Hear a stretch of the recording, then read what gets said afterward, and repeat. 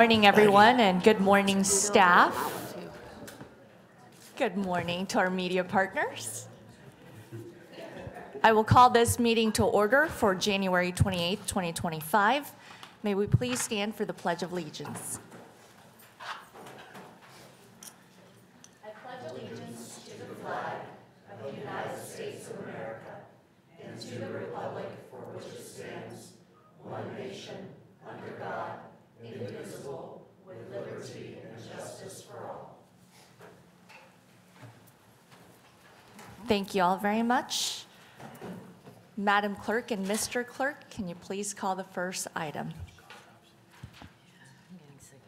Public agenda. The public agenda allows for up to 5 speakers to have 5 minutes each to address the council. No action will be taken relative to items on the public agenda other than referral to the city manager for information as necessary. Speakers will please state their name and address for the record. A time clock will display the speaker's remaining time to speak. Order and rules of decorum will be observed.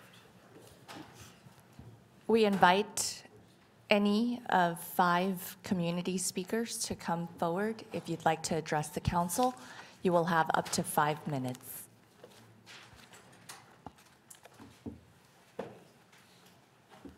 I see none. We will move on from public agenda. Madam Clerk, please call the next item.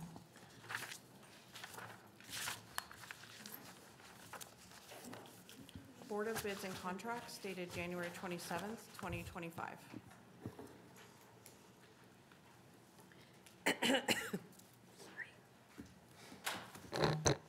Morning, City Council, Josh Lauber, Department of Finance. The Board of Bids and Contracts convened January 27, 2025 for the following items. For engineering, we have the 2024 Outsourced Pavement Preservation Program, CIP MacArthur Bridge Expansion Joint Replacement for Barclay Construction LLC in the amount of $289,300 awarded to the engineer's estimate. We have the Rainbow Lake Street Improvements to serve Bridger at Central Addition for Conspec Incorporated, doing business as Kansas Paving for $840,001.80. For purchasing, we have, Purchasing, we have welding gases for Lambton Welding Supply Company Incorporated for an estimated annual usage of $42,000. We have the interior and exterior modifications at 2 single-family homes for Dutton Construction Services LLC for $139,300. We have the repair of the Caterpillar wheel loader for Foley Industries Incorporated for $55,028.36. For airport, we have the HVAC equipment replacement at 2163 Air Cargo Road and 7710 Southwest Boulevard, rejecting all bids. We have the HVAC equipment replacement at 1801 Airport Road and 1761 Airport Road and Airport Parking Garage, reject all bids. This is how to become a vendor with the city. This is our purchasing calendar of any items that the city staff will be participating in or working with their small business resource partners. These are open public opportunities out on the street today. And I'd recommend your approval and try to answer any questions. Council members. Council Member Ballard. Thank you. Yeah. Thank you, Josh. I have a couple questions. I think it's on slide 4. Maybe 3? Okay. No. Oh, yes, this one. I just wondered if you could explain the price discrepancy or accepting the engineer's bid. Yeah, Paul, I'm going to need you to help me with that.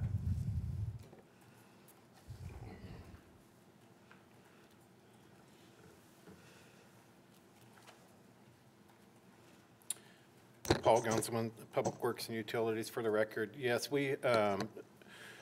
Barclay's original bid was $261,883, which was the low bid. However, we are awarding it for $289,300, just in case once we get into start construction, if we find anything unknown. Okay, awesome. Thank you. I have a follow-up question to that. So does that mean that the contractors know that our maximum is 289, so they have leeway to continue charging up? We are awarding for that amount, but we will only only use that, we wouldn't go over that, but we would pay like the measured quantities, only what the work they need. Paul, would you clarify that this is a unit price bid? Yes, it is a unit price bid, so we'll keep track of the unit, the measured quantities that are utilized, and we'll only pay for that amount of the quantities utilized on the bid. Mayor, the contract can't go up unless we approve additional work, because it is based on unit price, not on a total cost for all the work. Thank you, Bob. Josh, I have a couple more questions for you, sorry. Thank you, Paul. On slide 6,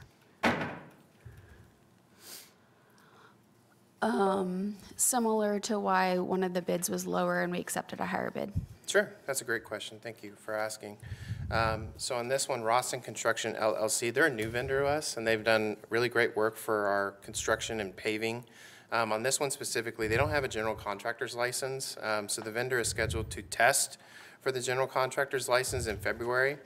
They've enrolled in study courses, and the general constructor's license test being 4 hours covering the general aspects of construction, but the Rawson license is only for concrete and asphalt. So the reason we are awarding the second low bid is that they are the responsive bid meeting all specs. Awesome, thank you. And last one is on slide 8. There's just obviously a huge discrepancy in the 2 bids that we did get. Yeah, thank you. That's a great question as well. So Thrasher Systems, when they submitted, they were looking for the manufacturer's quotation for raw goods and materials for them to complete the final completion. When they actually submitted the bid, they received the supplier quote, my understanding is after the bids were accepted, and the supplier, the raw manufacturer, would have been much higher than their bid allowed. So that's why they requested a bid withdrawal. And that, without putting the actual price, the modified price, not allowing that modified price, but it would be more closer in alignment to what you're seeing with the second bidder. Okay, awesome. And I was curious how your events are going, trying to recruit new vendors. That's fantastic. Thank you for asking. We've been working a lot more with resource partners in the area. At the city, we've been a very strong advocate for small businesses within the purchasing ecosystem. But I think what we've done more now is creating more marketing events and more outreach with our partners. I think last year, recently, we went to Topeka for Supplier Diversity Fair. This year, we're working with McConnell on a Boots to Business program for veterans who are exiting the service that may be interested in contracting with governments. So anywhere we can find entrepreneurs or small businesses, we are trying to partner with them to advocate and educate on government contract processes, because to us, we want to have the largest pool possible. So we've had a lot of success. We've had a lot of resource partners being impressed with the efforts that we're doing, and I can't thank Chris Hazlett enough for his work on this. Awesome. Well, I appreciate that. And, you know, I used to have a couple of my own small businesses, and I'm sure some businesses are a little intimidated on what that might look like doing work with local government. So I appreciate you trying every way possible in different avenues and trying to get creative to get new vendors. So thank you. Absolutely. I see no further questions for staff. I will move to approve the Board of Bids and Contracts for January 27, 2025. Second. Motion and a second. Any further discussion? I see none. Madam Clerk, or actually, sorry, we don't have our buttons, so we'll just do a voice vote. All those in favor say aye. Aye. All those opposed, same sign. Motion passes 7-0. Madam Clerk, I believe we missed consent agenda, so we'll go back. Madam Clerk, please call that item. I apologize for that. It's consent agenda items 1 through 12. Council members, any items to be pulled? I see none. I will move to approve the consent agenda as presented. Second. Motion and a second. Any further discussion? I see none. All those in favor say aye. Aye. All those opposed, same sign. Motion passes 7-0. Madam Clerk, please call the next item.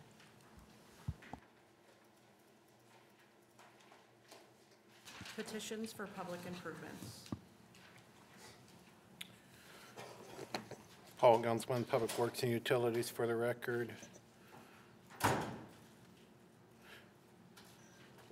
I have a few petitions for your consideration this morning. The signatures on the petitions represent 100% of the improvement district, and the petitions are valid per Kansas statute. Castaways North Edition, located in District 3. The project will provide water, stormwater drain, sanitary sewer, and paving improvements required for a new residential development and to cover the cost of a private bid. Renwick 4th Edition and Castaways North Edition, again located in District 6. The project will provide water, stormwater drain, sanitary sewer, and paving improvements required for a new residential development and to cover the cost of a private bid. Yellowstone Commercial Edition, located in District 4. The project will provide water, drainage, and sewer improvements required for a new commercial development. And Yellowstone Edition, located in District 4, the project will provide water, stormwater drain, sanitary sewer, and paving improvements required for a new residential development. It is recommended that the city approve the new petitions and budgets, adopt the new resolutions, and authorize the necessary signatures, and I will stand for questions. Thank you, Paul. Questions for staff? I have a couple. Can you just go back to one of the slides to remind community that these improvements are mostly driven by specials and not paid for by the rest of the community? Is that accurate? That is accurate, yes. These will be special assessments. And the other question I had was, is there a way that staff can give us the number of properties within the city limits that could be infill locations? That means the water, sewer, streets have already been provided for that area, so an opportunity to really be more direct about housing, as that is one of our biggest needs in our community. Can we find the number of infill locations in the city? Mayor, are you asking about properties that we own? Not properties that we own, but properties already within the city limits that don't need additional new improvements, but could be potentially infill locations. I don't know if there's already a number. I've heard a number, but I want the number to be accurate. Mayor, if I could, Mr. Manager, that might be worth just revisiting the places for people plan that we have and maybe just sending that back out to council. Right, and we have a definition of the ECA, and the properties would be located in the ECA. We'll find that. Thank you. Any further questions for staff? I see none. I move to approve the petitions for public improvements. Second. Motion and a second. Any further discussion? I see none. All those in favor say aye. Aye. All those opposed, same sign. Motion passes 7-0. Madam Clerk, please call the next item. Approve that pursuant to Section 204090, Councilmember Johnson's travel expenses as estimated on the travel authorization and expense form to attend Black Legislative Day at the Capitol in Topeka, Kansas, February 17th, 2025, for the purpose of interacting with legislators and building relationships with other allies from across the state to advocate, connect, and elevate Black voices across Kansas, consistent with AR 3.1, be approved. Upon return from travel, actual expenses shall be reported to the Controller's Office. I move to approve that travel. Second. Motion and a second. Any further discussion? I see, sure. I would just suggest that Councilman Johnson not drink any Pepsis when you're up there. Apparently, they make you a little tipsy, so. Motion and a second. Any further discussion? No? Okay. All those in favor say aye. Aye. All those opposed, same sign. Motion passes 7-0. Madam Clerk, please call the next item. Approve that pursuant to Section 204090, Councilmember Becky Tuttle's travel expenses as estimated on the travel authorization and expense form to Topeka, Kansas, January 29th, 2025, for the purpose of providing testimony on HB 2024, consistent with AR 3.1 be approved. Upon return from travel, actual expenses shall be reported to the Controller's Office. I'm Council Member Tuttle. Thank you. Thank you for considering this travel request. I will be going tomorrow for Kansas Day, but then also for the House Taxation Committee. This is our piece of legislation that we asked to be introduced regarding cancer screenings for firefighters. So very excited to be able to go and provide testimony. I just want to make one correction. There's been a little bit of change in developments, and I will not be requesting any kind of expense reimbursement because Chief Snow has graciously offered for me to ride with her. So thank you. I move to approve the travel. Second. Motion and a second. Any further discussion? I see none. All those in favor say aye. Aye. All those opposed, same sign. Motion passes 7-0. Madam Clerk, please call the next item. Council member appointments and comments. Council members, do you have appointments? I see none. We'll move to council member comments. I see none. I will now move to adjourn the meeting. Second. Motion and a second. Any further discussion? I see none. All those in favor say aye. Aye. Aye. All those opposed, same sign. Motion passes 7-0. City Manager Layton will now take over the workshop portion of this meeting. Mayor, thank you very much. I am extremely excited about today. I hope that you will be during and afterwards. We are starting our work on the budget today, and we'll do it in two pieces. First of all, we're going to share with you the results from the 2024 community survey, and I think you'll find the results informative and interesting. And then after that, we're going to outline for you a strategic framework for the preparation of the 2026 and 2027 budget. And if we can get feedback from you on direction, this will serve as the guidance for staff as we prepare budget recommendations for you for those fiscal years. So with that, I'm first going to turn it over to Elizabeth Goltry to give you a little bit of a prelim, make some preliminary comments, and to lead us into the survey discussion. Thank you. Good morning, everyone. As mentioned, there are two primary components of this workshop, and they will both guide the budget process this year. A lot of times I hear people referring to a budget cycle as being easy or hard. And even in one of those so-called easy years, if a budget is already balanced, I feel that there's a responsibility to align resources with community priorities, and I think that responsibility, that feeling of responsibility is shared amongst all of us. With that in mind, the starting point today is to receive feedback from the community from our annual community survey. Sonia Whitink, with Polco has joined us today, and she will be providing an overview of those results. Thanks for joining us, Sonia.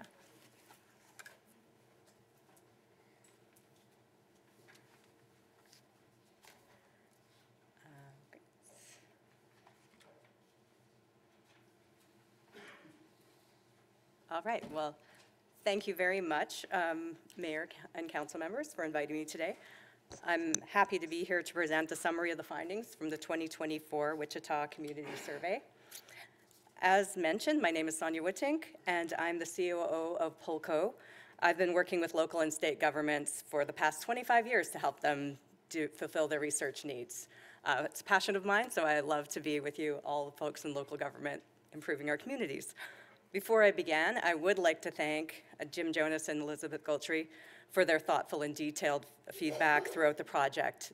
They were incredible partners to my staff, and especially during survey development and implementation. We love how passionate they are about data, and it's been just wonderful to work with them. I'd also like to acknowledge my colleague, Grace Arneson, who was Wichita's NCS project manager. She did the bulk of the work, and I get to come and present. So we greatly appreciate your continued partnership. It's an honor to have been gathering this important feedback with you since 2010. So just a little bit about Polco. We provide tools to local governments that they use to empower resident voices and get input on strategic planning, on budgeting, and performance measurement. We strive to make civil online engagement accessible for your community. NRC is the research arm of Polco, and we've been working with hundreds of jurisdictions nationwide for the past 30 years. We're well known for our national benchmarking surveys, such as the National Community Survey, which we'll discuss today, and the National Employee Survey. We learn a lot when working with governments, and we're really proud to share that knowledge and support thought leadership, and we partner with ICMA and NLC on that. Before we dive into the results, I want to emphasize that there's a variety of ways that the information can be used. Most commonly, jurisdictions use their survey to monitor trends in resident opinion over time, to measure government performance and ratings of public trust, to inform budget processes and strategic plans, as you guys are doing today. Our results allow you to benchmark your community's characteristics and services against other communities in our database. And we hope as these findings are presented, it'll bring additional and important context to the thoughtful work that you're doing for your community. About the survey, the National Community Center Survey, or the NCS, is a standardized 5-page comprehensive survey used to assess resident opinion about community and local government. The NCS survey questions are categorized on 10 facets of community livability to provide a holistic picture of Wichita from the perspective of residents. These facets have been identified through extensive research as the most impactful to the quality of life for your community. There are many survey items included in each of these 10, underlying each of these 10 facets, and the facets align with municipal departments, making it easier for staff and city staff to quickly find information that's important specifically to them. One of the advantages to a local government of participating in our community survey is the ability to compare your ratings to those from communities across the nation, just to have a little more context on, what everyone does well and then what everyone struggles with. So NRC was the first organization to conceive of the idea of doing benchmarks, and we currently have about 500 communities in our benchmark database to compare to. Wichita received comparisons to the entire benchmark database, which I'm going to call national benchmarks throughout this presentation, but also opted to receive custom benchmark comparisons to a subset of communities, and those communities are those with a population between 200 and 500,000. And that can just be an easier target because you might be compared to like large cities, very small cities, but something a little closer to your own can give a even better context. So I'm going to go a lot into some survey details about just, some will find it fascinating and some might find this part boring, but how a survey conducted really matters, and we use our expertise to ensure your results are representative. We select our sample without bias. We oversample multifamily housing and make statistical corrections for common response disparities, such as older adults tend to respond more than the younger adults.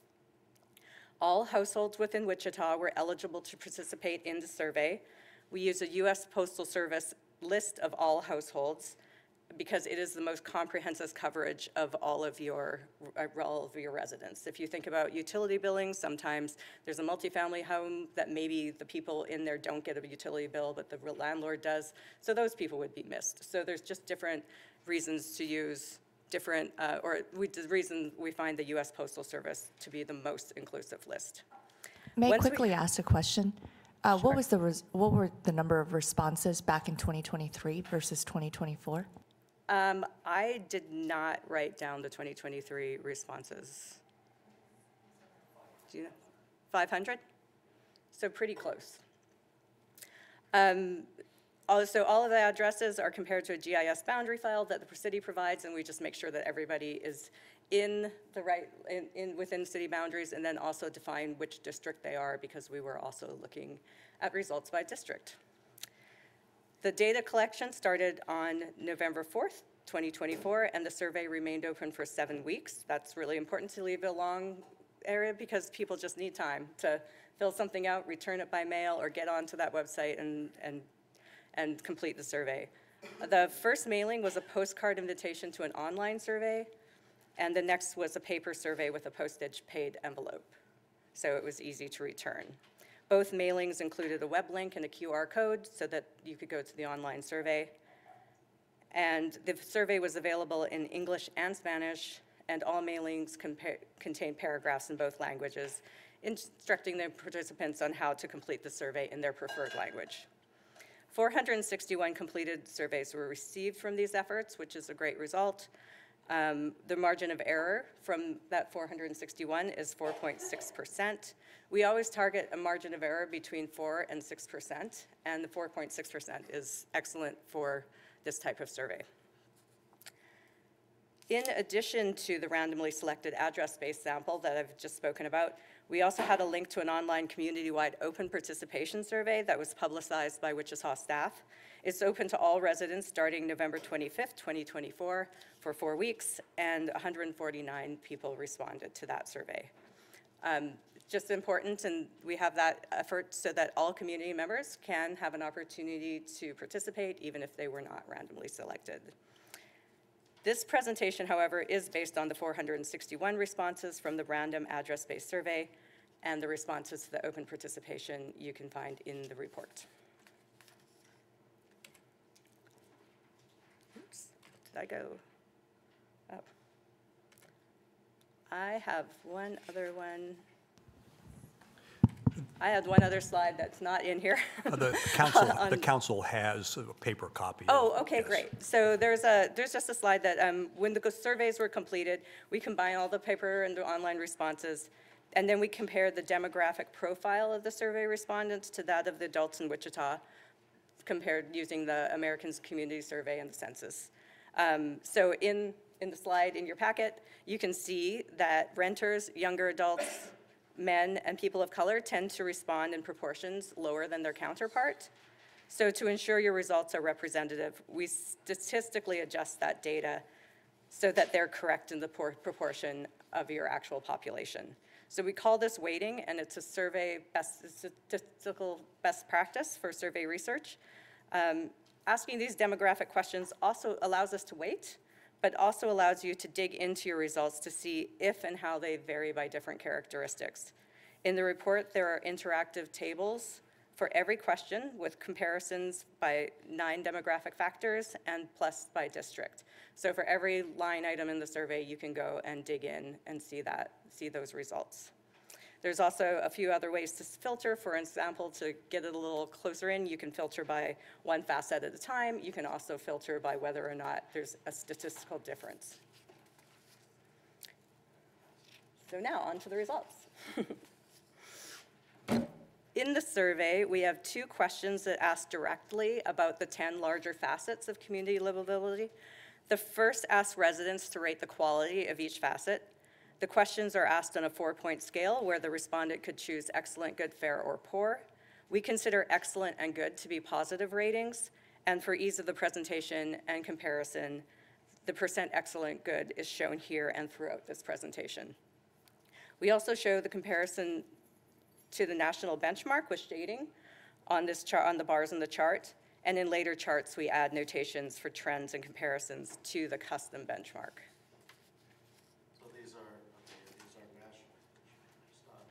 Not the custom benchmarks? Yeah, we'll get into details with the custom benchmarks that we go through. Okay, thank you.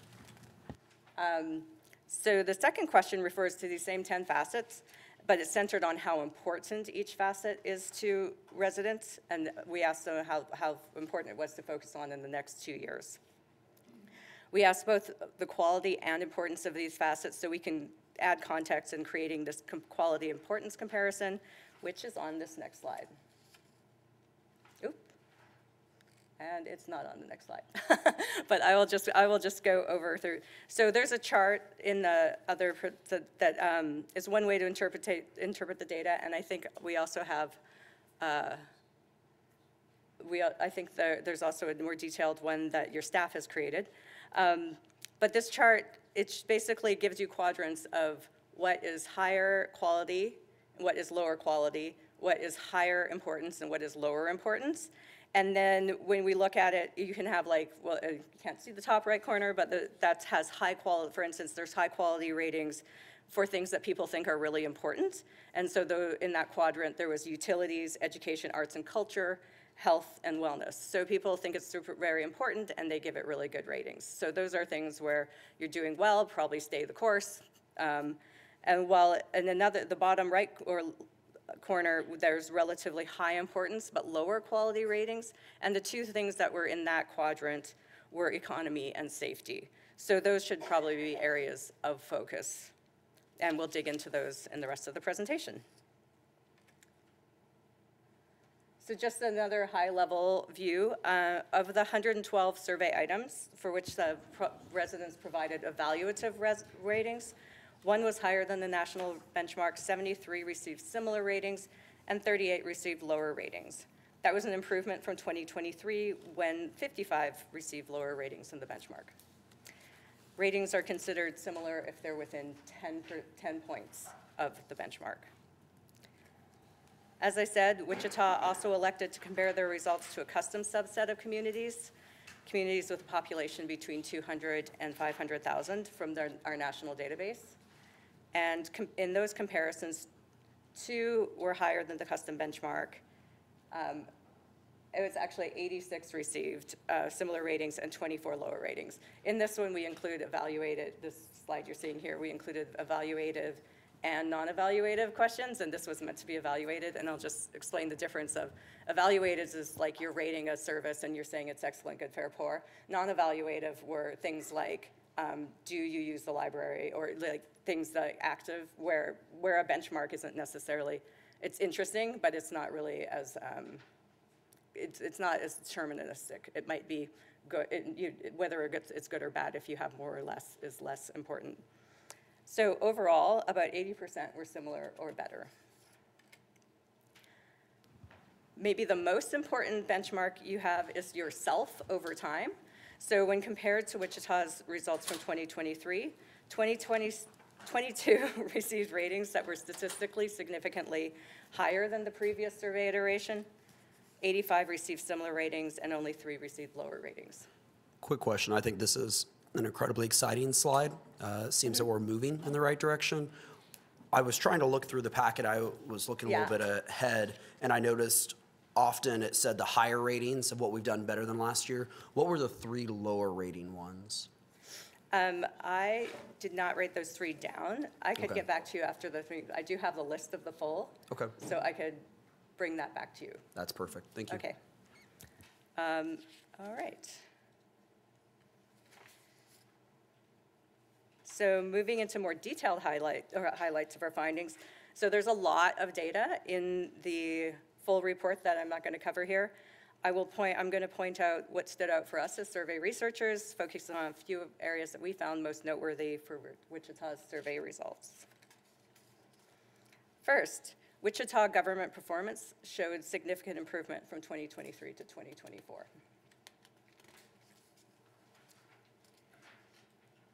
Room for improvement always remains, but looking at the top items, treating residents with respect, welcoming resident involvement, informing residents about issues facing the community, providing value for the taxes paid to Wichita, all were similar to both the national and the custom benchmarks, and 3 were higher than the 2023 ratings. The lowest rating was for overall confidence in Wichita government, which was lower than the national benchmarks, but it was similar to like-sized cities, and it was similar to 2023. Quick question when we're on this slide. So when we're looking at the increase, it looks like 4 of them increased.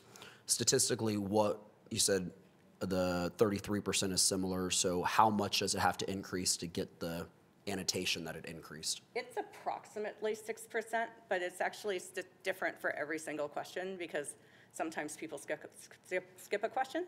So it literally matters how many people answered each question in each year. So around 6% is the minimum, 6% or higher? Yeah, it has to be at least a 6% difference. Okay, thank you.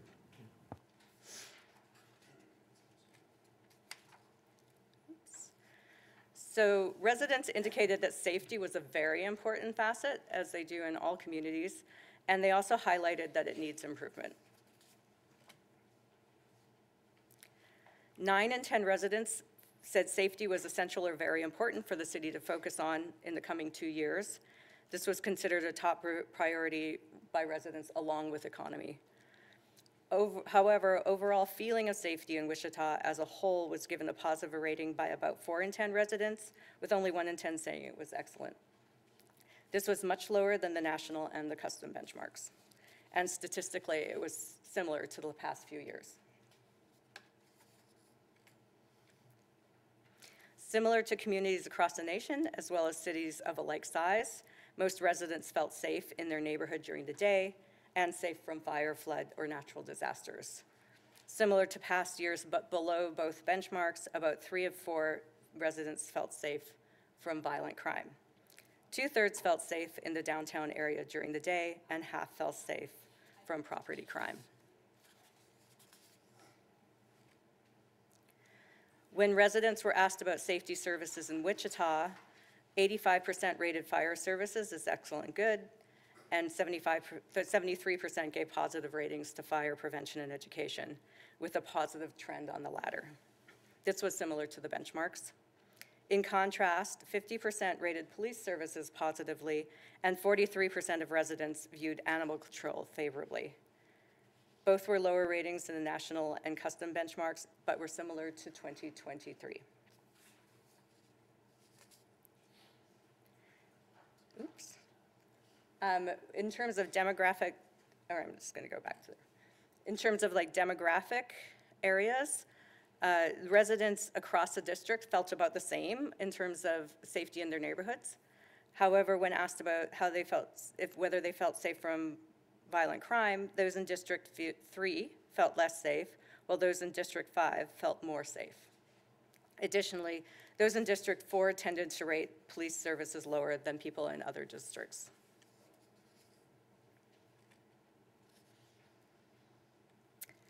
Wichita topped the charts in terms of having a great cost of living, but like all communities, there were some economic concerns.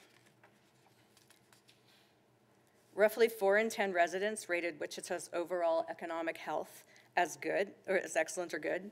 Another 4 indicated it was fair, and 2 said it was poor. So it's lower than the benchmarks. In 2024, about 3 in 10 felt the economy would have a positive impact on their family income over the next 6 months. This has improved significantly over time, from 20% positive in 2023 to 29% in 2024, and it's now similar to the benchmarks. Digging into some more detailed areas of the economy, about 6 in 10 residents gave excellent or good ratings to both the quality and the variety of businesses and service establishments, and also to Wichita as a place to work. All 3 aligning with 2023 ratings and the benchmarks. About half were positive about employment opportunities, which was also similar to the benchmarks and to the past years. But as mentioned in the last slide, views on overall economic health were more negative. Residents had positive views on the cost of living, with 58% saying this was excellent or good, which is above both the national and the custom benchmark. Cost of living is a major issue that local governments find very challenging to impact, so this is definitely a highlight for Wichita. However, lower ratings were given to the vibrancy of downtown commercial area and Wichita as a place to visit, which may be places for more to explore improvements. Can I just point something out? So I'm looking at last year's data regarding Wichita as a place to visit, and back then it was 34%, which was lower than the national benchmark, and now it looks like we've at least hit the benchmark, just not high enough. So it is an improvement, but just a highlight, because that was absolutely a note last year. Yeah. In terms of the economy, by some demographics, there's a pretty clear trend that adults over 55 tend to rate the economy higher than those under 55.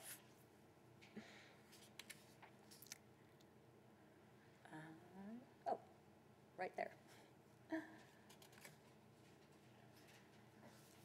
Many of the ratings related to the natural environment and parks received higher ratings in 2024 than they had in 2023.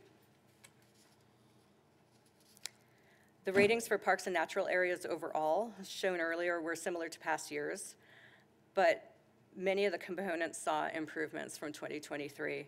Ratings for city parks, recreation centers, and recreation programs and classes had upward trends and were similar to benchmarks. Air quality and water resources had upward trends but remained below benchmarks, while ratings for cleanliness were the same as in 2023 and below benchmark. When looking at parks-related results by household income, there wasn't really a strong pattern. Those with lower incomes had the highest ratings for overall quality of parks and recreation opportunities. City parks received relatively higher ratings from those with moderate incomes. Those who made between $100,000 and $200,000 annually had the most positive rating for recreation programs and classes. Additionally, there was a few differences by district. Those in District 5 tended to have the highest ratings for overall quality of parks and recreation opportunities. People in District 1 rated parks higher than other districts, and District 3 had higher ratings for both recreation programs or classes and recreation centers or facilities. District 3 tended to provide higher ratings in general. Older adults and men had slightly higher ratings for some of the items, but on the whole, there was not a lot of variation by age or gender.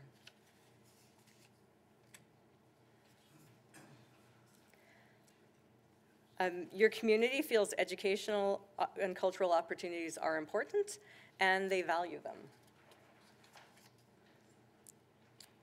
Residents feel it's important to have good opportunities to participate in education, culture, and arts. They rank this just below the critical areas of safety, economy, and utilities in terms of importance for focus. And safety and economy and utilities pretty much always top the survey for most communities. Public library service received the highest rating with 84% of residents rating them excellent or good, an increase from 2023. Around 6 in 10 residents were satisfied with opportunities to attend cultural, arts, and music activities and opportunities to attend special events and festivals. Community support for the arts received a slightly lower rating of 53%. All were similar to the benchmarks. Looking at these by demographics, there were those with a household income between $100,000 and $200,000 had statistically higher ratings. Those in the top bracket look to have lower ratings, but there's not enough people in that group to be statistically different from the other groups. Additionally, residents from District 4 tended to rate items related to the arts and culture lower than other districts. Also, men had higher ratings than women. Longer-term residents had higher ratings than newer residents, and people of color gave lower ratings than those who identified as white only.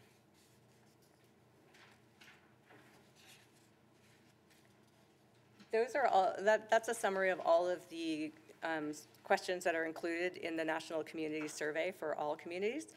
We also have a little section where there are some custom questions that we work with the city to add to your survey, and I'm going to show the results here. So residents were presented with a list of 36 services and asked to rate the importance of focusing on each one in the next 2 years. Here we show the top 8, all with more than 8 in 10 people saying they were essential or very important. The highest priorities were drinking water, crime prevention, and affordable housing. Not shown, but just to give you a sense, at the bottom of the list of 36 were recreational centers and facilities, recreation programs and classes, and swimming and splash pads, swimming pools and splash pads.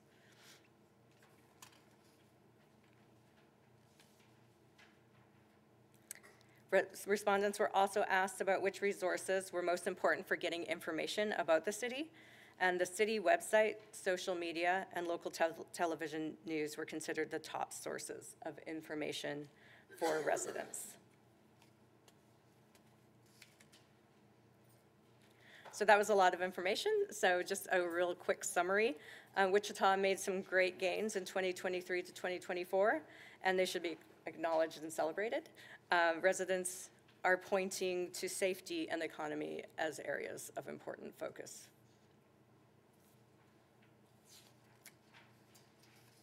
That concludes my presentation.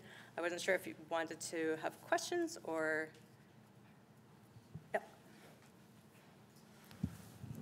Just one quick question here. When we look at the breakdown in the weighing, not white alone, I mean, 16% of the respondents, do we break that up further in the details as to what race a respondent is, or is it just? We do in the demographics, we can show what the breakdown is, but when we're looking at differences in opinion, the subgroups would be too small to be statistically different, which is why we do group them together.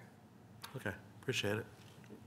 I had one quick question on I forget what slide it was, but downtown vibrancy. Uh-huh. How do you ask that question? What are the details of getting at that? Let me find it. Is it just, do you have a vibrant downtown, or do you feel you have a vibrant downtown? It's an excellent, good, fair, poor rating. Okay. So it's please rate Wichita on the following, and it would be the words that were on that slide. Okay, I wonder because what I hear is less about the aesthetic of vibrancy and more of Wichita closes its doors at 9 p.m. Yeah.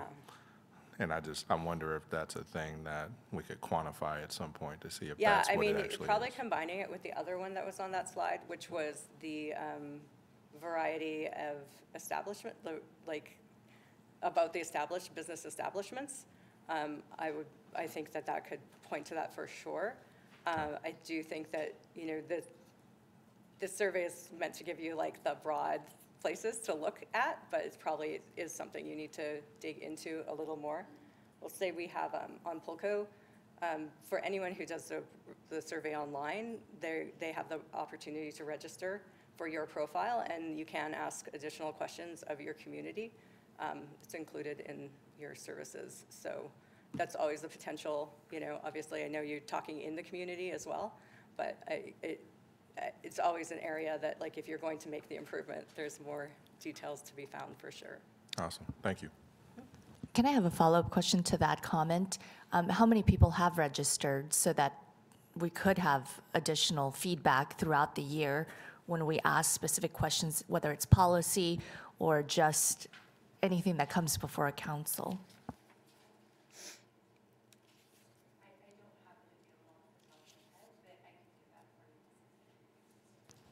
Because I know that last year there was a follow-up survey regarding street maintenance and specifically asking what types of streets, residential streets, arterial streets. So I think that provided even greater understanding of the need.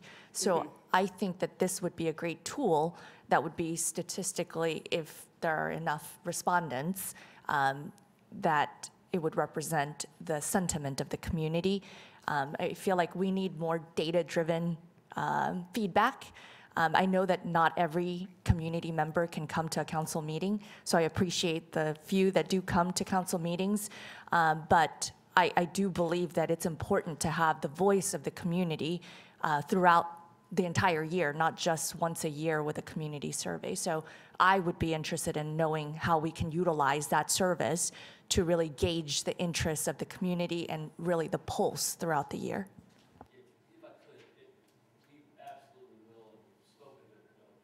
Council about this, of doing some further looking at other issues. Just caution, and you can help me with this, of how valid that data is going to be versus what this manual sample is. So the good news is that because you're doing this statistically sampled survey, a lot of people who are signing up for it came from that. But the challenge of the panel is how many people respond. It's a smaller group. You can end up it's not as statistically valid. Having said that, it is a very good focus group, I guess I would say. If you think about if you can get 10 people to come in and talk to you about something in depth, maybe you're going to get 100, or maybe you're going to get, if you're lucky, 200, 300, 400, But it might not be as I wouldn't put the margin of error on it, but I would say that usually when you're doing that second layer of more in-depth, when you're asking, what do you mean by the lower rating for vibrancy of the downtown? It's not so much that you want to know that, exactly 30% think it's this and exactly 40% think it's this. It's more like you want to hear more detail from the community. So it's not that it has to be statistically valid for that next layer. It's more the depth of like the broad opinion. Like for some people, for a good number of people, it's that the businesses close at 5, so why am I even downtown? Or for a number of people, it's like, oh, they don't have the type of restaurant I want, or I wish I could go shop for something that's not there, So you're trying to get that context more than you are the statistically valid input. And that's where that tool is more powerful. So I don't think it's, it's not as statistically robust. It could be if you had like a lot of really great outreach, but it's not necessarily the point of it either to be statistically robust. Mayor, I think you're right, though. It will help us expand our engagement efforts. And your example from last year on street maintenance was, I think, a great one because, yes, it wasn't statistically sound, but it gave us a really good indication because the numbers are almost overwhelming in terms of people focusing on residential streets. So I think in the right, for the right issues, we got to remember this as a good tool to include it with social media, town halls, DABs, and everything else that we've used. I think your point, Mayor, is excellent in that not everyone can come to a meeting and not everyone, so every way you can give them to engage is good.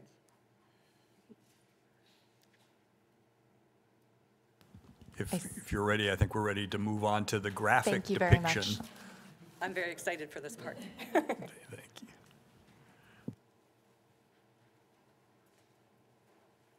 Great. I'm going to step aside and put up the big poster. So are we ready?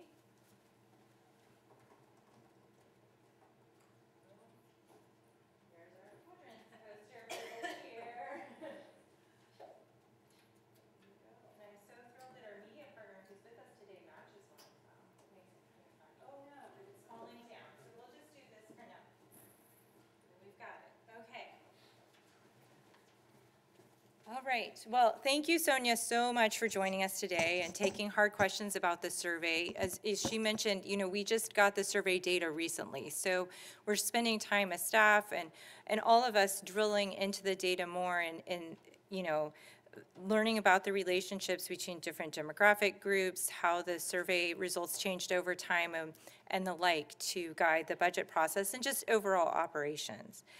Last year, this visualization was created and it guided the budget process. It's even in the budget book twice. So it's very important and very impactful. There are 3 items in this visualization that are new to this year. They have asterisks next to them. And there are a few items that change quadrants, but really not all that many. Those items that change quadrants are utility billing, moved from magenta to orange.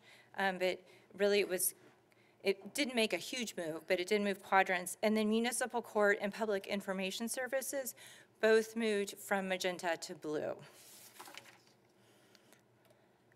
The upper right orange quadrant is services that residents rate highly, and they also consider these to be the ones that the city of Wichita should be focused on in the next 2 years. Stormwater management had a quality of increase of 6%, so that's greater than the margin of error, but there was no change in its importance to residents from 2023 to 2024.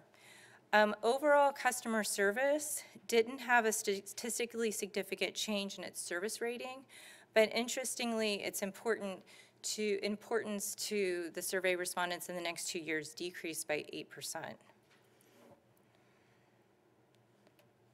As I mentioned before, municipal court and public information services moved from the magenta, which is the low quality, high importance quadrant, to the high quality, lower importance quadrant. They both had statistically significant increases in ratings that were quite sizable. Municipal court had a ratings increase of 13%, and public information had a ratings increase also of 13%.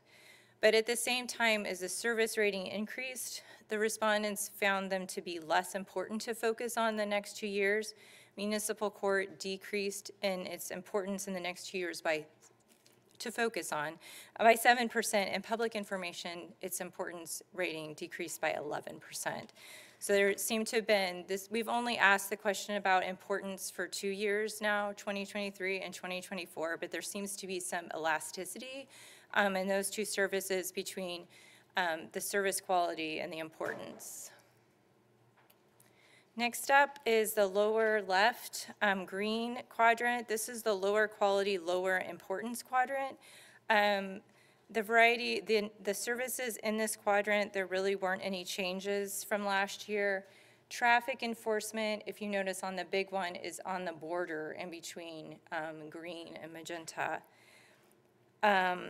It had a 5% increase in importance, so it scooted a little bit to the right compared to last year. Code enforcement had an 11% decrease in importance compared to the prior year, but had no significant change in its service rating. So that's kind of similar to customer service in a way. I'm going to focus the most on this magenta quadrant because that's where most of the focus was on the budget process last year. So I'm going to point out some notes for each of the dots, well, each of the dots in this area. I already mentioned about traffic enforcement moving up 5% in importance. Street cleaning is an interesting one. Of all the services that are on this visualization, it's the only service that had a statistically significant increase in its service rating and its level of importance at the same time. I think this will be one to watch for the 2025 survey after the big snow and ice event we had. That usually, sometimes that makes a difference in this one, but that's the only service like that, so that's interesting. Economic development, if you were to take out the visualization from last year, it is in the same place as the year before. So that's interesting to note. As I mentioned, I think that it seems that there's some elasticity when it comes to public information in municipal court. That's not the case with street repair. There was a 14% increase in the service rating for street repair, but there was no change in the importance over the next 2 years. So it seems to be relatively inelastic. You know, to contrast it with public information and municipal court, and then there were 5 other services that as the service rating increased, the importance decreased. So it's as if there was higher satisfaction, so a less interest in focusing on that in the next 2 years. The only other examples that had a statistically significant increase in service quality but no change in importance are trees. There's a question about trees, it's in the blue, and then also fire prevention. Those both, and just like street maintenance, those increased significantly in their service rating, but there was no change in importance. So the rating of importance of crime prevention, on the other hand, it didn't change either. So I think what I'm saying here is a lot of these services, there wasn't big changes in importance for them on these things that are very important. So crime prevention didn't have a change in its importance rating, but the service rating decreased by 6% compared to last year, which is statistically significant. And then affordable housing and homelessness services are 2 that were not included in the last survey. They're new for this year. So there's no comparison data available. However, the survey results echo ongoing resident concerns, and they're also reflective of the 2025 adopted budget and the City of Wichita ARPA recovery plan. So with that, that's the quadrants. So additionally, in addition to, the community survey results are an important part of performance data. Let me move a slide along. And since it's a feedback from residents about service quality, and that's a component of performance data. An element that focuses all of our work is a shared organizational values and mission, and those should reflect the community priorities in the citizen survey. Kate Bender and Julie Steenson from Porchlight Insights have joined us today to provide an update on efforts to engage in data-driven decision-making.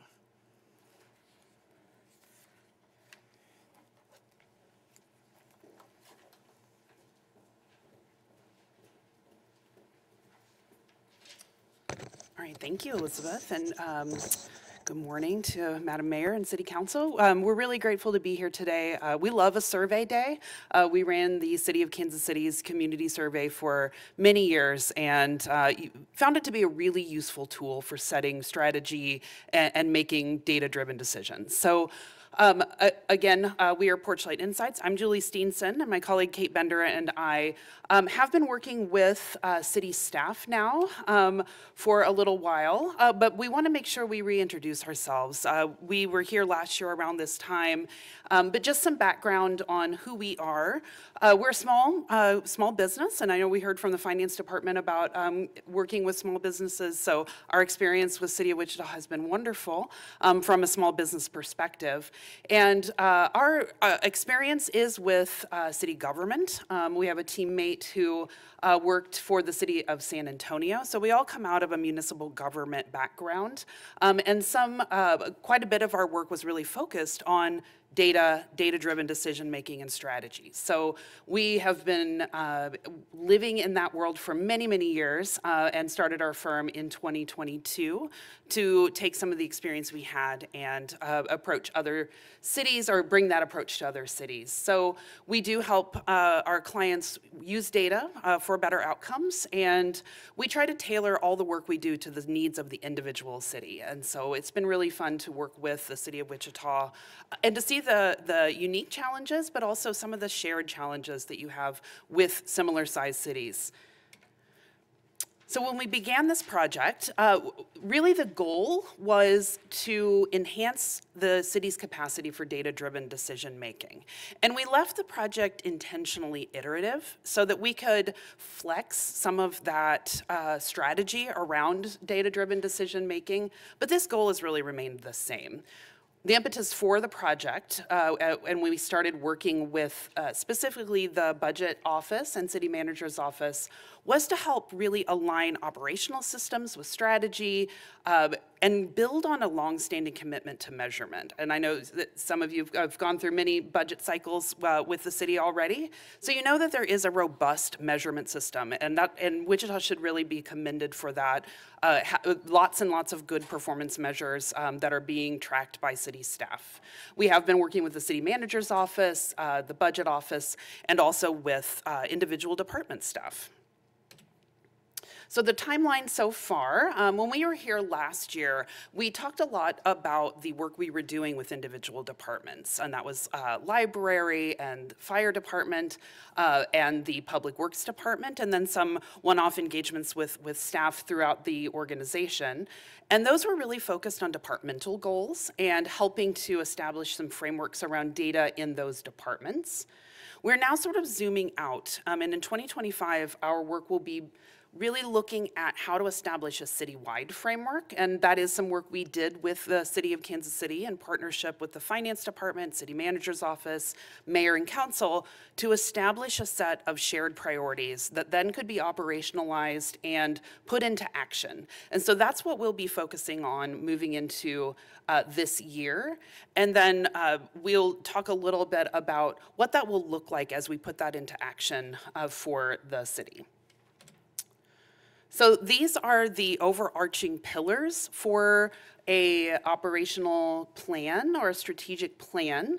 These should seem really familiar to you. These come right out of the city's mission statement, and then also some of the work that you have done around strategy and goal setting and priorities for you as the city's elected officials. So these fit right into some of the buckets that you have created, and we also hope that they reflect well the priorities of the community from the community survey. That is something we feel really strongly about, that this survey is one input and one tool, but they should be reflected well in how the city is deploying a strategy and embedded. And we will be working to help make sure that the survey questions end up being measurements for some of these pillars and goal statements. So I'll turn it over to Kate to talk a little bit more about the process for how we went from pillars to sort of a next stage down.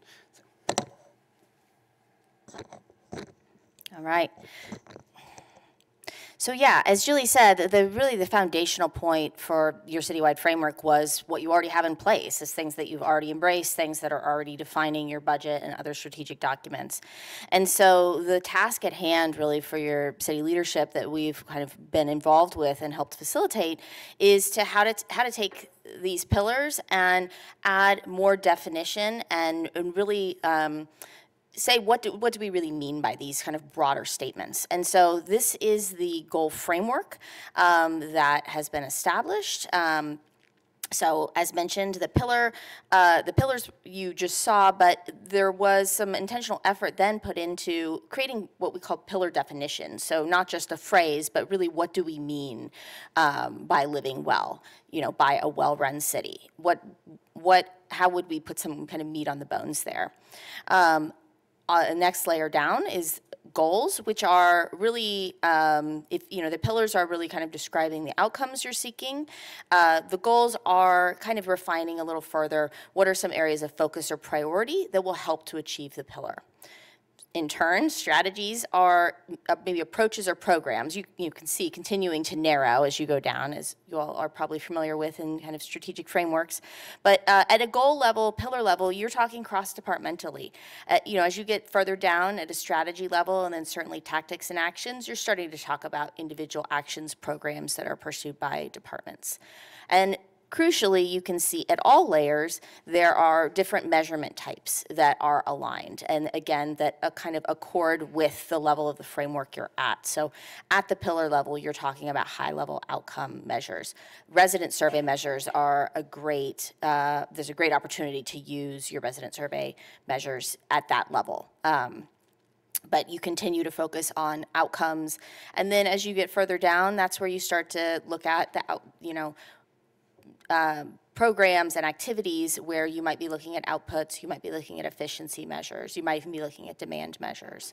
And at the bottom level, it's your measurement is really kind of tracking are you completing the tasks and the next steps. So to give you a kind of a view into the process around the pillar definitions, these were crafted, really developed by small groups of department leadership focusing on each pillar, and then really kind of refined and discussed it across a larger discussion of all department management, including the city manager's office and the budget office. So it was a very collaborative, very, it was a great discussion. I'm glad we were able to be a part of it to see how these pillars were put together and then refined. And my next few slides are going to lead into the city manager, sharing these all with you in detail. But before we get there, again, wanted to give you just a little sense of the backdrop here. So these are some elements that were really crucial in creating and defining these pillars. So certainly focusing on outcomes, which you can see really captured here. Thinking really specifically about the role of the city to achieve these outcomes, because the city has a unique role, has unique opportunities to impact these things. And so honing in on that, seeking opportunities to embed measures where possible. And then again, these are very cross-departmental in nature. Kind of taking the example and looking at it across the entire framework, you can see that the same pillar for living well shown there, but then you can also see a goal, which is one of the 3 to 5 goals created for each pillar, and as you can see, this takes, is certainly something that is in support of the pillar, but is just a little bit more focused. So in this case, focusing in on opportunities for residents with limited ability to pay. And then what you see under strategies, tactics, and actions and measurements, you can see all of those are in italics, and that's because those are all examples. These are the next step in defining the goal framework is to put some meat on the bones on these areas. So these are examples that we came up with, not necessarily will be in the final framework, but just to give you a sense of how this all fits together, and again how measurements also align. So, kind of to summarize, goal framework, where we've been, where we're going. The pillar definitions and goals, as we said, have been drafted by the city manager's office and department leadership. Right now, we are at a point of seeking to finalize those goals and pillars, and so looking to dive into those more deeply with the city manager coming up. And then next step is really to develop the strategies, actions, and tactics and align the performance measures. I don't want to say create performance measures because, as Julie said, you all really have a very robust set already, and so it's really more a factor of taking those and aligning them with the relevant goals and strategies. So I do want to underscore that a goal framework by itself doesn't have value for the city, right? It is where it becomes useful is where it can actually be put into action. I think everybody's familiar with the concept of sort of a strategic framework that sits on a shelf and doesn't get used, and that's really the opposite of what we would ever recommend. So the steps to take a kind of goal framework like this and make it very actionable, the first one is around further definition, which we've talked about. The next step that really Elizabeth kind of led with is the idea of really applying this goal framework in your resource allocation decisions, in your budget discussions, making it front and center, making it be kind of a guiding framework in that way. And then the next thing that really will elevate this and turn it into not something that's maybe used one time, right, or at a single time during the year, is to put in place a robust kind of measurement, monitoring, evaluation framework around the goal framework. And that is going to be, if you recall from the earlier timeline, that is the upcoming work that is anticipated this year. As the goal framework gets finalized, we will redirect to talking about a performance management routine and system at a citywide level. As it happens, that's actually, we've spent a lot of time working with individual departments on performance management, and so it's certainly something that there's a lot of familiarity with already. So I think we'll be in a great position to really figure out how to create a routine and a system that is sustainable for the city of Wichita and really helps leadership make decisions using your priorities. So that could look like a series of routine meetings where measures are reviewed and discussed and kind of integrated into decisions. So just to end our piece here before we turn it over to the city manager, this is really, I think, where the city of Wichita is looking to go, is, to have an iterative cycle to inform your management strategic decision-making. And so you can see at the top here, is where we're at, affirming pillars and goals. And you can see as it comes on down, the elements we've talked about, aligning performance measures, developing strategies. Getting to the bottom is where sort of rubber meets the road, actually starting to use the strategic framework to allocate resources. And then over here on the left, kind of in the purple and blue, you start to see that element of evaluating the results, monitoring. And then as you kind of get back up to the top, there's the opportunity then to iterate on your goal framework, based on what you have learned through your evaluation processes. What has worked? What has moved the needle? What hasn't yet moved the needle? Where do you think you need additional resources or additional focus? How have community priorities shifted? So all of the above.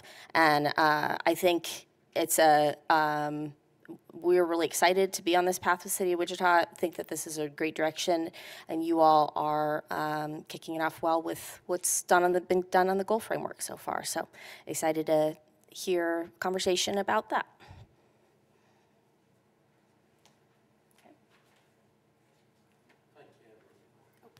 I just have one quick question about the performance measurements.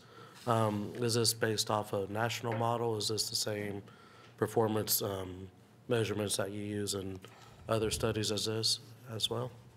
Yeah, so the crucial, there's a lot of criteria that lead to good performance measures.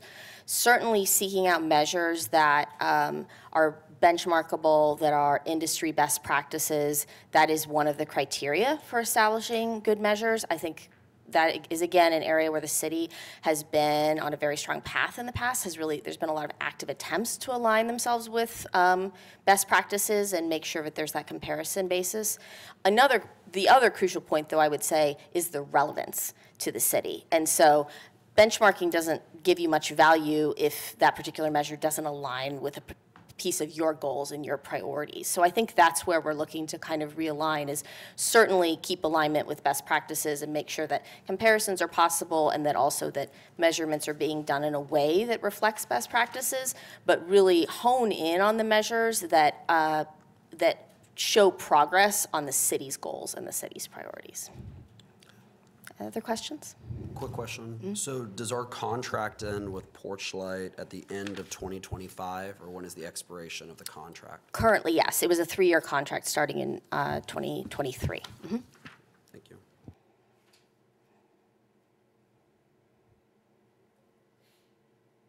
I don't know if this is a city manager question or if you guys can answer that, since you've been doing a lot of research on the city of Wichita. When were those pillars created? Obviously, it's the city's mission. I would like to know when those were created and when they have been revisited.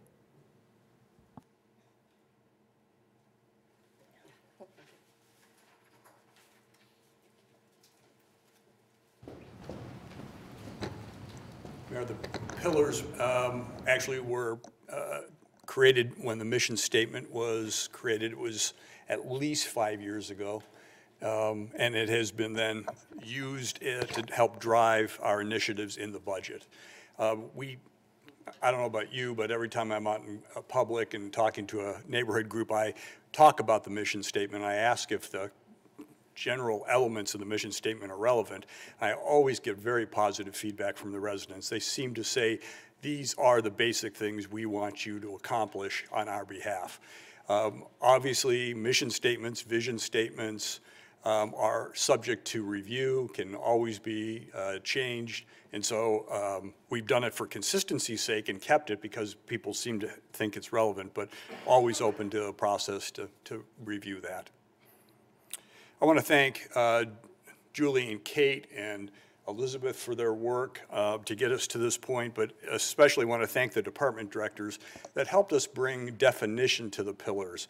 The pillars are great statements when you're out in public. It's great with our employees to have some basic discussion or to be able to outline what the basics are that in terms of issues that we are focusing on and issues that are important to us. But we want to be able to operationalize those short statements. And so we have come up with what I call pillar definitions for your consideration today.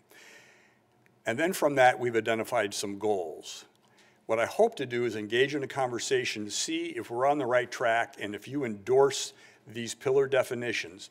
When we talk about a well-run city, when I come to that definition, is that accurate? Is that how you perceive the pillar as we go ahead and try to prioritize in our budget? And again, this is meant to be a strategic framework for the 2026 and 2027 operating budget.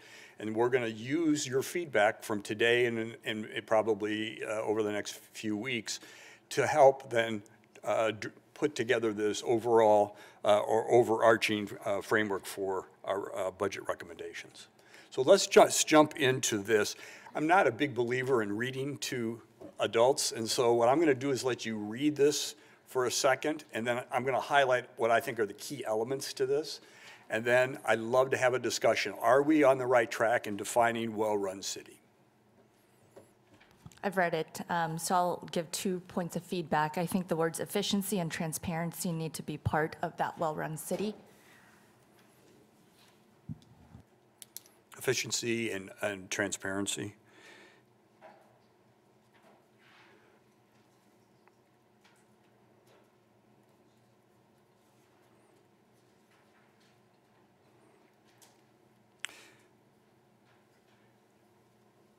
The key words to me in this definition are trustworthy and effective, continuous improvement, innovative, investments in staff, integration of technology, and then stakeholder priorities and financial stability. Those are some key elements. Should we change stakeholder to resident? Make it a little more personable? We can. The reason we use the word stakeholder, as you can imagine, we've debated wording, and tried to wordsmith this. When you go to resident, it excludes every other population in the community. So that doesn't talk about business owners, doesn't talk about nonprofits, or any other folks that do business or are involved in the community. I would even argue that those who come into the community have some interest in terms of what the services we provide, and they're not our residents. So more than happy to make that change if that's what the council wants, to put a fine point on it, but we were trying to be a little more inclusive in that regard. It's engineer speak there. One thing that pops out to me, we talk about, and we've seen an increase of en bancs with our county partners as well. And I think probably a well-run city under this would be how are we working specifically with the county in shared services or smart consolidation of certain services. That seems to be a will of this body, but I don't necessarily, I think this is probably where it falls in more than any of the other categories.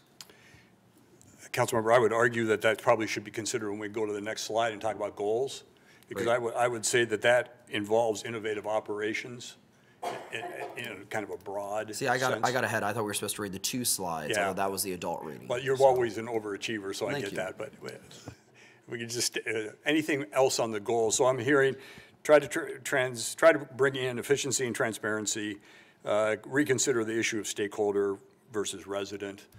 What else? Anything else? Data-driven should be part of being a well-run city. I really do appreciate having Porchlight and the Polko survey.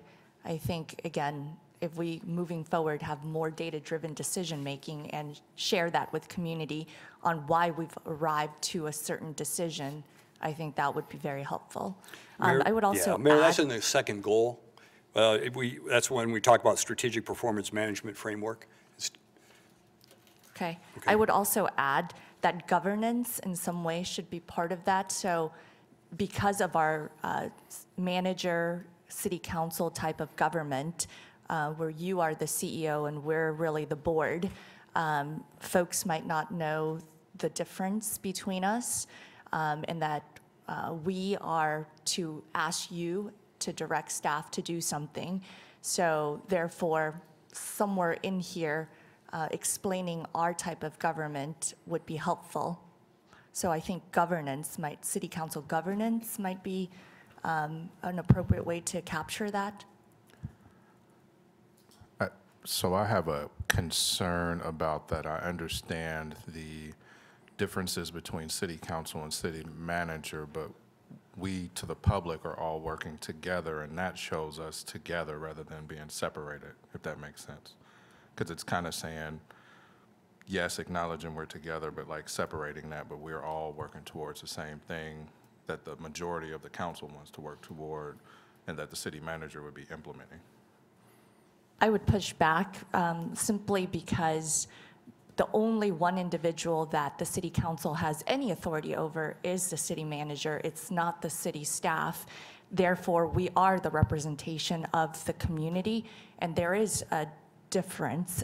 The city manager represents the 3,000 employees for the entity called the City of Wichita, whereas the council, the 7 of us, are representatives of the community. So I do believe that there is a difference, and I do think that that needs to be captured in a well-run city, especially in our type of local government. Now, in other local governments where the city manager is also the mayor, I think that that delineation doesn't need to be stated, but in our type of government, as is right now in ordinance, it does need to be stated.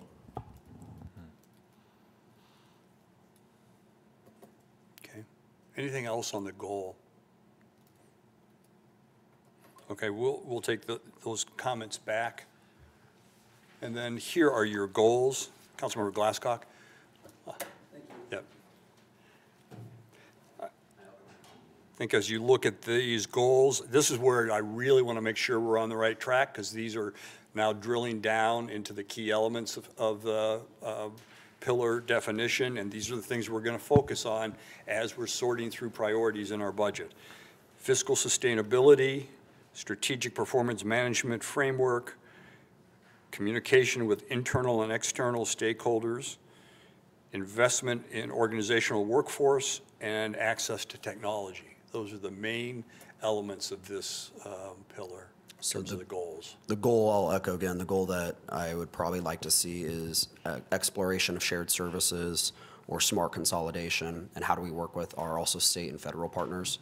So something about we're not just in a silo, but working with our other institutions. Got it, thank you.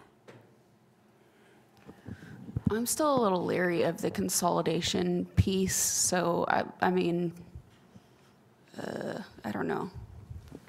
Would shared services without the discussion of smart consolidation work? Yeah, and I mean, I'm talking about consolidation, I'm not talking about full merging of county and city operations, but MABCD, MAPC are good examples of consolidated services that aren't just shared services. I mean, they're fully consolidated services. So that's when I use the word smart consolidation of what makes sense. I'm fine with shared services or exploration of possible shared services and smart consolidated services, but not talking about full city, county consolidation. Streamlined services, maybe, working with other governments. Partners or Yeah. with government institutions. I'm fine with that.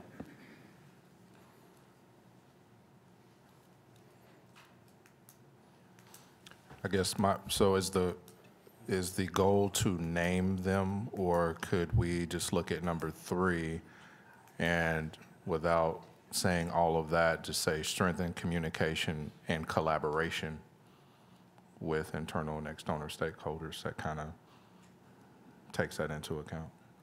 I would push back and say it needs to be its own separate goal, so it's very clear versus, because I believe communication in itself needs to be, and you can add the word strengthen communication and collaboration with external partners and internal partners, but I think a separate goal in itself, talking about, I know that we had an en banc back in April of last year talking more about shared services, and so this would really drive that conversation of how can a government be more efficient if we're going to add the word efficiency into well-run city.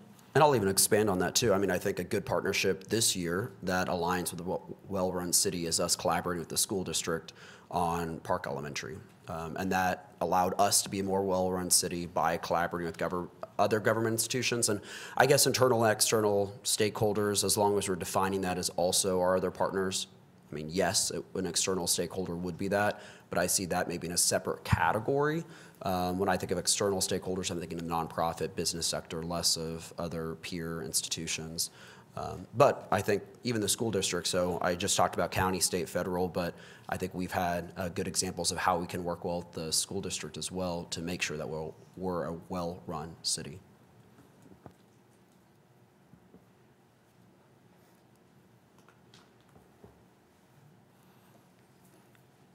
We'll play around with a new goal. I think if you add collaboration to the third one, you're moving away from the communication, that whole concept of trying to engage better with the public. So I think you're trying to make it do too much, if that's okay. But so let me play with a sixth goal. Any goal here that doesn't seem to be in alignment with what you want to see us do going forward? I think this looks good, but I do, like Councilmember Ballard said, have the concern with the word, or not the word, but the whole intent of kind of bringing together consolidation. Like I don't think the entire or majority of the council is full consolidation, so I wouldn't necessarily want to see that word in there, but definitely working together in what has already been consolidated. And again, I don't know how to word that right now, but I don't think a number 6 should have a consolidation, because a majority of us, I do not believe, are pushing toward that, looking for more efficiencies with what we already have. I think we are. Can we take a non-binding vote to show if there's will from the majority of council? And I would say that the word consolidation shouldn't be used, but shared services should be used, and have that be just a non-binding vote. Who on this council is in favor of more shared services.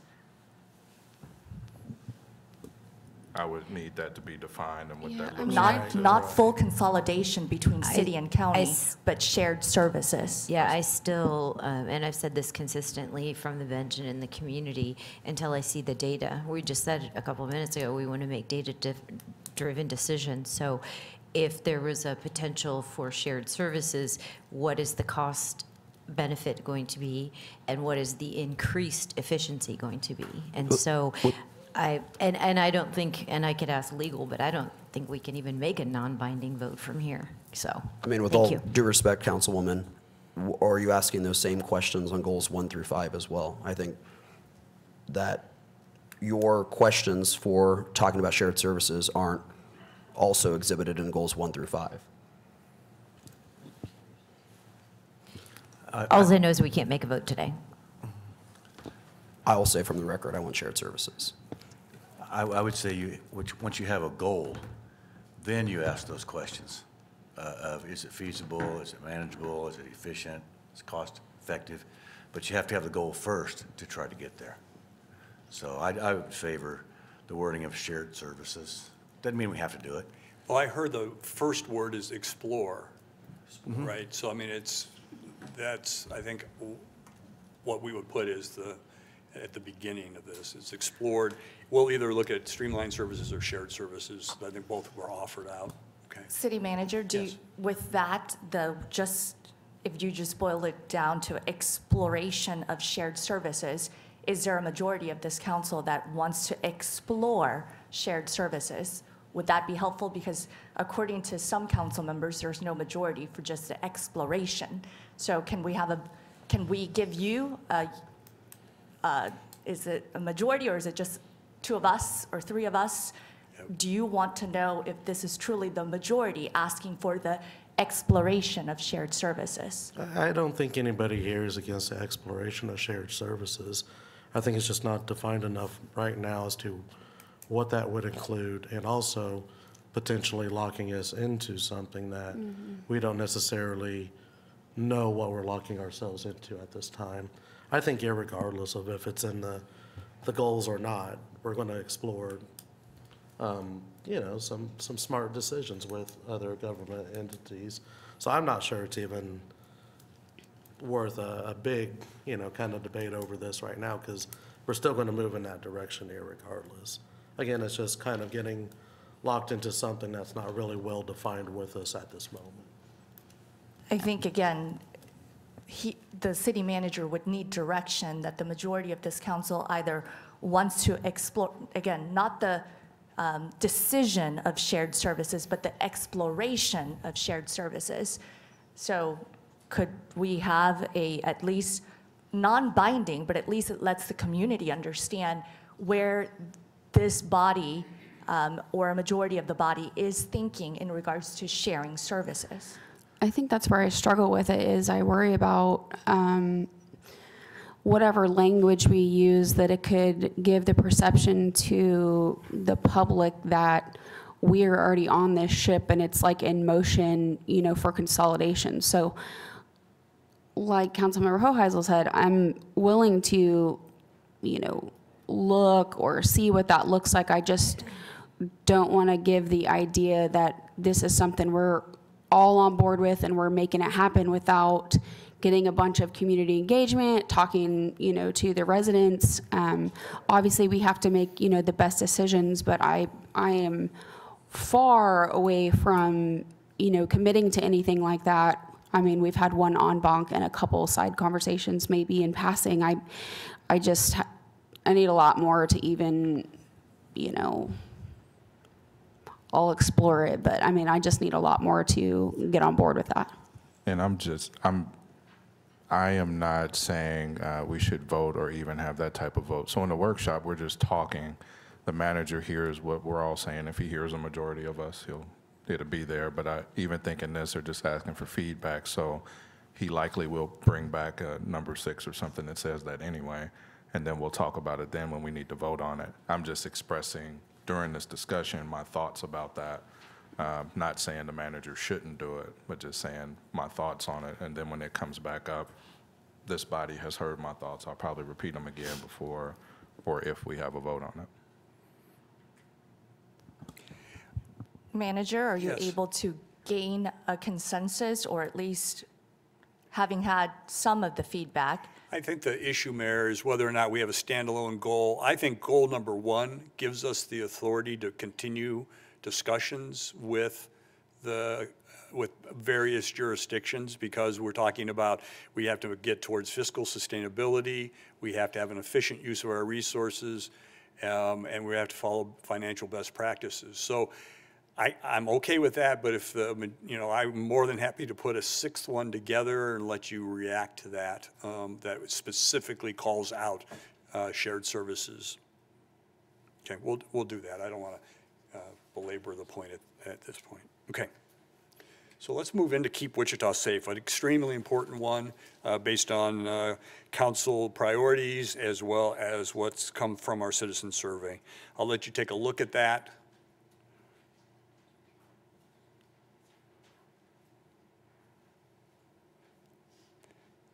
Key words here are personal safety, prevention, risk reduction, timely emergency response, and the whole concept of residents feeling and being safe.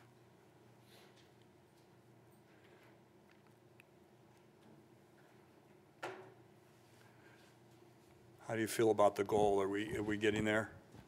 Yes, I would also add the word technology. I know that there are some innovative solutions that the police department has been working on. I know that the fire department and the police department both heard from another tech company regarding smart emergency management. So I would like to add the word technology or innovative technological solutions. Mayor, if I can, we tried to avoid duplication as much as we could. Technology is in the first and well-run city, and we purposefully have it there and thought about that. Technology is important across the organization, but we've had very specific conversations about the greater use of technology in public safety. Actually, one of the technologies we talked about would help both police and fire. And so I think we purposely put technology in the well-run city. We originally had it in a couple of these spots and didn't want to get overly complicated with the goals. I mean, with the state pillar definitions. So I have a word, but I'm going to ask a question first. Would you consider risk reduction the same or similar to intervention? No. Then Well, I would- yes, risk reduction is part of, intervention is part of a risk reduction strategy, and it's in the goals. Okay.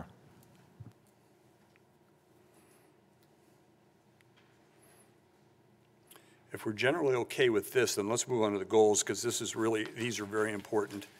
We kept them simple. It's dealing with the underlying causes of crime, which goes back to the crime prevention work that we've done, and then the report we prepared for you. It's encouraging our residents or empowering our residents to be partners in crime prevention and reduction, and then effective enforcement, appropriate intervention, and timely emergency response. Mr. Manager, can I ask a question? In goal number 1, when it says economic, housing, and educational outcomes, can you just explain a little bit about educational outcomes, what that means? Let me ask someone that was part of that group. Scott, you want to talk about that? Yeah, that's fine.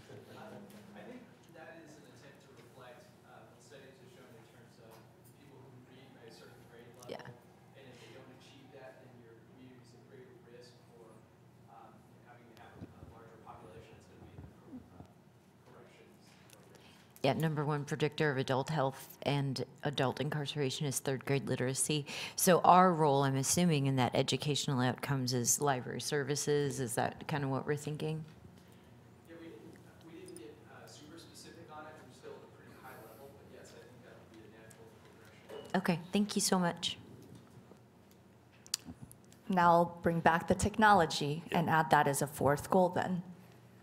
Since we have made, this body in particular has made significant investments into technology whether it's the new RMS system or the new Arctic with the Wichita Police Department, and then the Wichita Fire Department's new storage unit / emergency communications.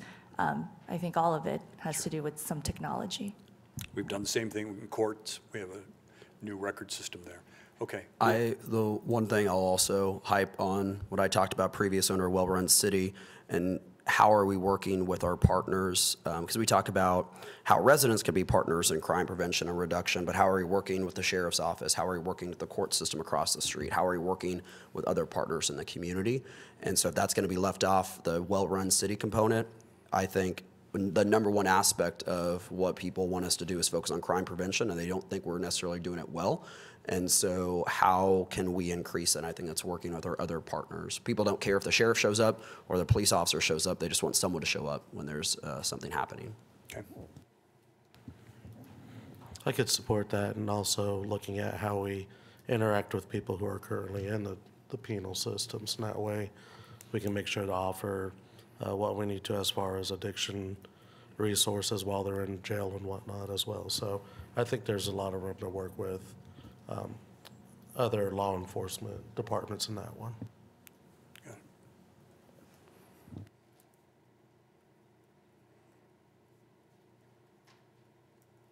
Okay, I think I've got that. Anything else on the goals? All right, the next is grow our economy. This one is a little tougher because, again, we don't create jobs, the private sector does, so it's how do we come alongside them to help that happen? I'll let you look at this real quickly. My first thought when I see this one is just to the exact point you just said local businesses through workforce development, job growth, and economic policies. Because we don't create jobs, I think job growth could be removed, and that we're going to support local businesses through workforce development and economic policies that create a diverse, dynamic, and prosperous for City for All that leads to job growth. I'm just worried about job growth. If it's internally increasing jobs in the city, then I would have a problem with that being under grow our economy. So supporting workforce development and economic policies with a job growth period just seems a little out of place. That's a good point. Yep. What else? This is pretty well defined. Okay, let's move on to the goals then.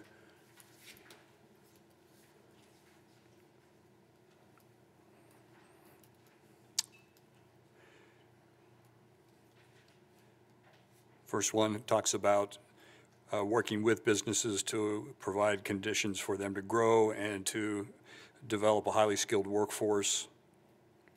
Second one is meant to talk about our limited role in public support for economic development. And what we're trying to do there is, the key words I think are provide capital investment, or actually encourage businesses to provide capital investment, expanded job opportunities, and economic stability.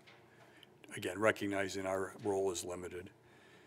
Third one is investing in cultural, artistic, and entertainment experiences to have a positive economic impact. That's reflective of some of the feedback you got in the survey today.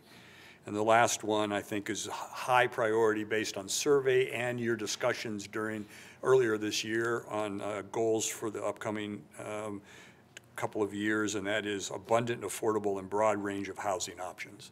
One thing that I would maybe like added, because I think it ties into the last slide where we talk about economic policies, well, we don't have a goal that necessarily flex that, and so maybe economic and regulatory policies. So number 5 would be review regulatory policies, whether that be MABCD, whether MAPC, that might either limit job growth, or what can we do to change policies that encourages private sector job growth. So maybe review regulations and ordinances and policies in the city.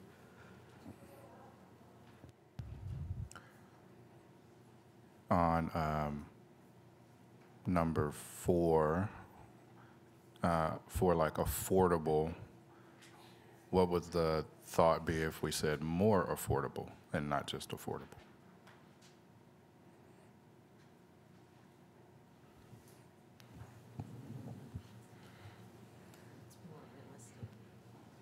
It's in the eye of the beholder, right? Yeah. I could support that, but also on number 4, I think maybe something that speaks to the living standards within the housing as well. Because we can have affordable housing, but some of the affordable housing we've seen is not quite up to snuff. I think what you're doing, you're talking about safe housing options. I'd like to focus more, not more, but especially on how do we get the private sector in affordable housing. I realize the public sector's got to roll in too, but the private sector seems to be able to act quicker and more efficiently, and I'd like to see how we can get them involved. That was our whole thought on 4. We're not going to be able to do this on our own, but what can we do to incentivize, and that's probably the wrong word to use, but to encourage the private sector to be able to meet these needs. And that we'll be talking as a staff about what was working successfully in other cities, some experiments we may want to try here, again, to make it easier for the private sector to be able to fill the housing void. Yeah, that's, when I read encourage, that's the interpretation I have of it. Okay. Would it be appropriate here also to add the partnership portion? So obviously, the city doesn't create jobs, but we do support the Greater Wichita Partnership that does help us create jobs, the Wichita Chamber of Commerce. So is there anywhere that we can reflect that continued collaboration?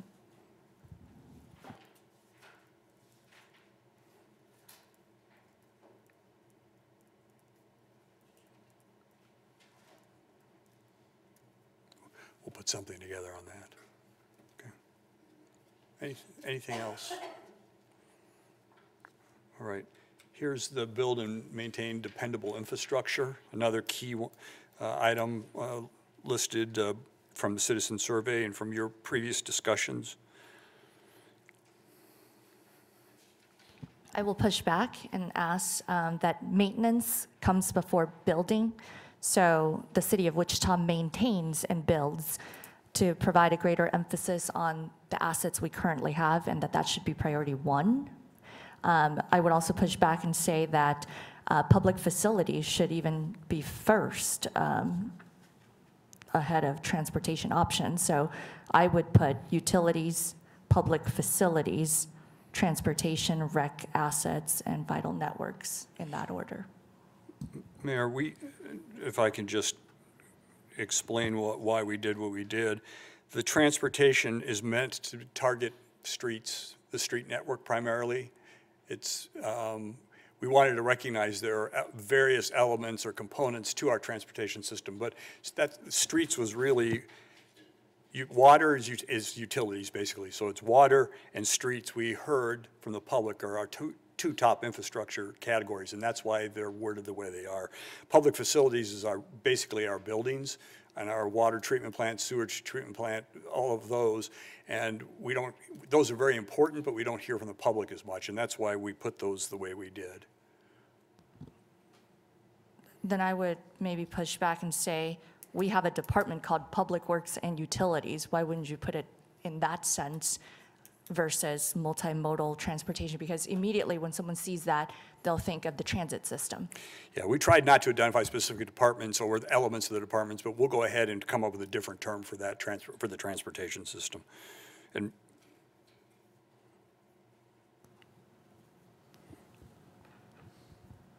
we'll make it more streets oriented. What else? Okay, let's move into the goals. The only feedback I have here is I think 3 and 4 should be 1 and 2. I don't know if they're listed in order of priority, but when I see goals, I usually see them in listed priority.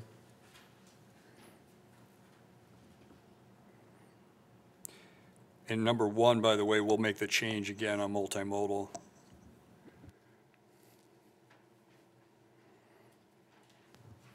And here, we did specifically talk about public safety facilities. We've put those out. You have fire stations, police stations that are being planned for the next 10 years.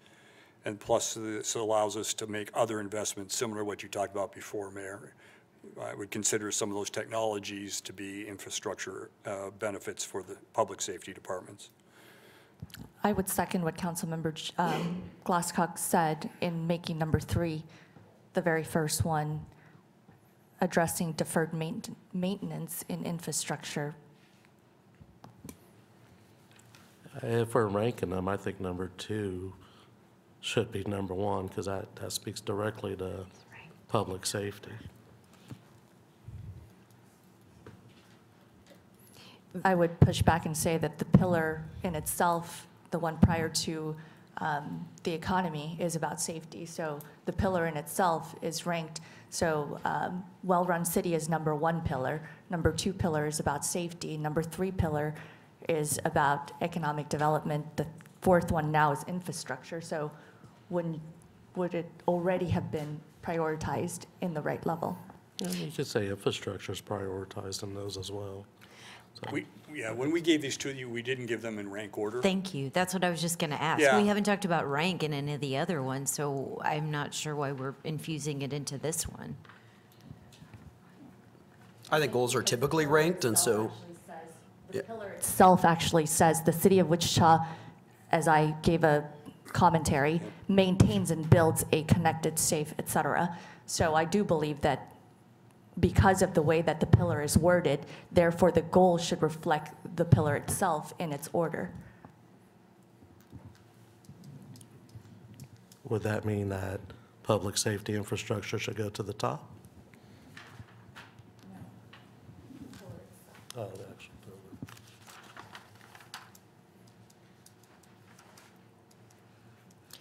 I just want to make the comment that I'm extremely glad that number 4 is there. I think as we're moving forward and we're still in drought and obviously worried about going into phase 3 of drought, which could have a huge impact on our economy and our community, I think this is an ideal time for us to be forward-thinking, not only for the city of Wichita, but a leader across the state. So I just want to applaud staff for making sure that that got in there. I think as we're looking at what we do in the city, ensuring that we have clean and safe water for not only residents, but business and industry is probably the most important thing that we do. So kudos to staff. Thank you. I don't have any problem with reordering these as long as we're going to maintain these components. These are going to be elements of our operating budget recommendations. So let's move on to the last one. That's provide conditions for living well.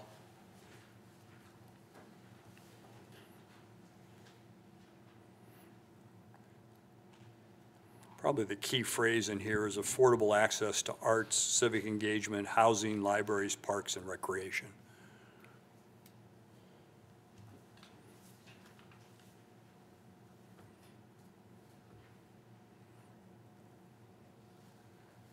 Any thoughts on this pillar?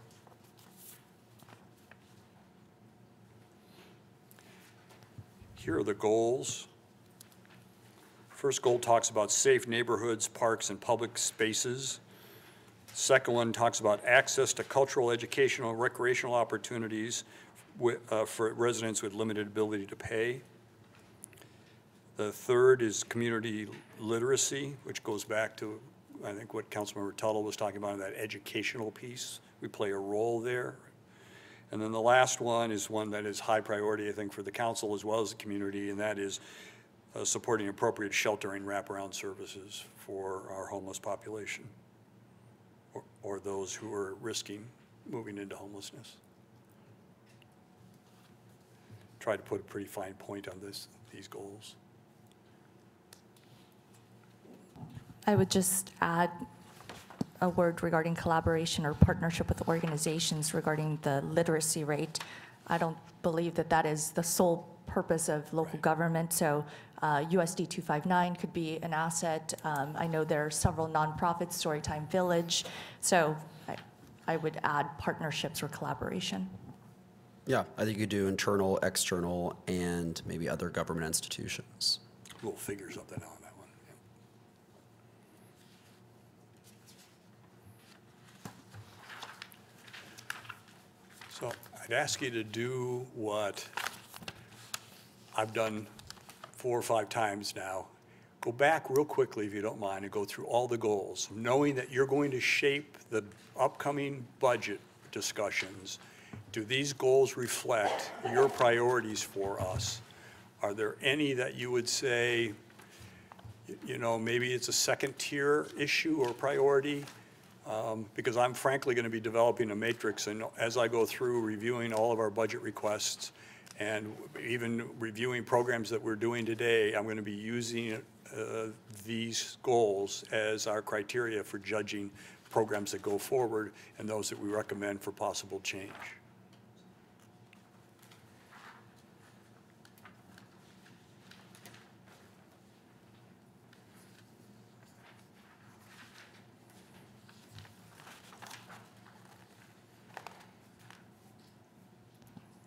Just like I did on a previous goal, I would like to see, when we were talking about keeping Wichita safe, the goal of empowering residents to be partners in crime prevention should really be number one.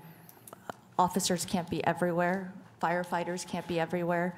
We really do need neighbors to tell us where we can help, but also be part of that solution. So I would say empowering residents should really be number one in keeping Wichita safe. I think a majority of the goals reflect the community survey. I think you did a great job of including them. Thank you. Anything else?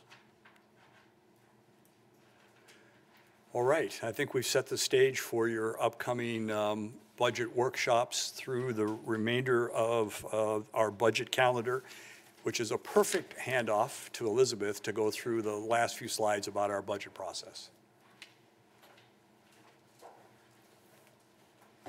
Thank you.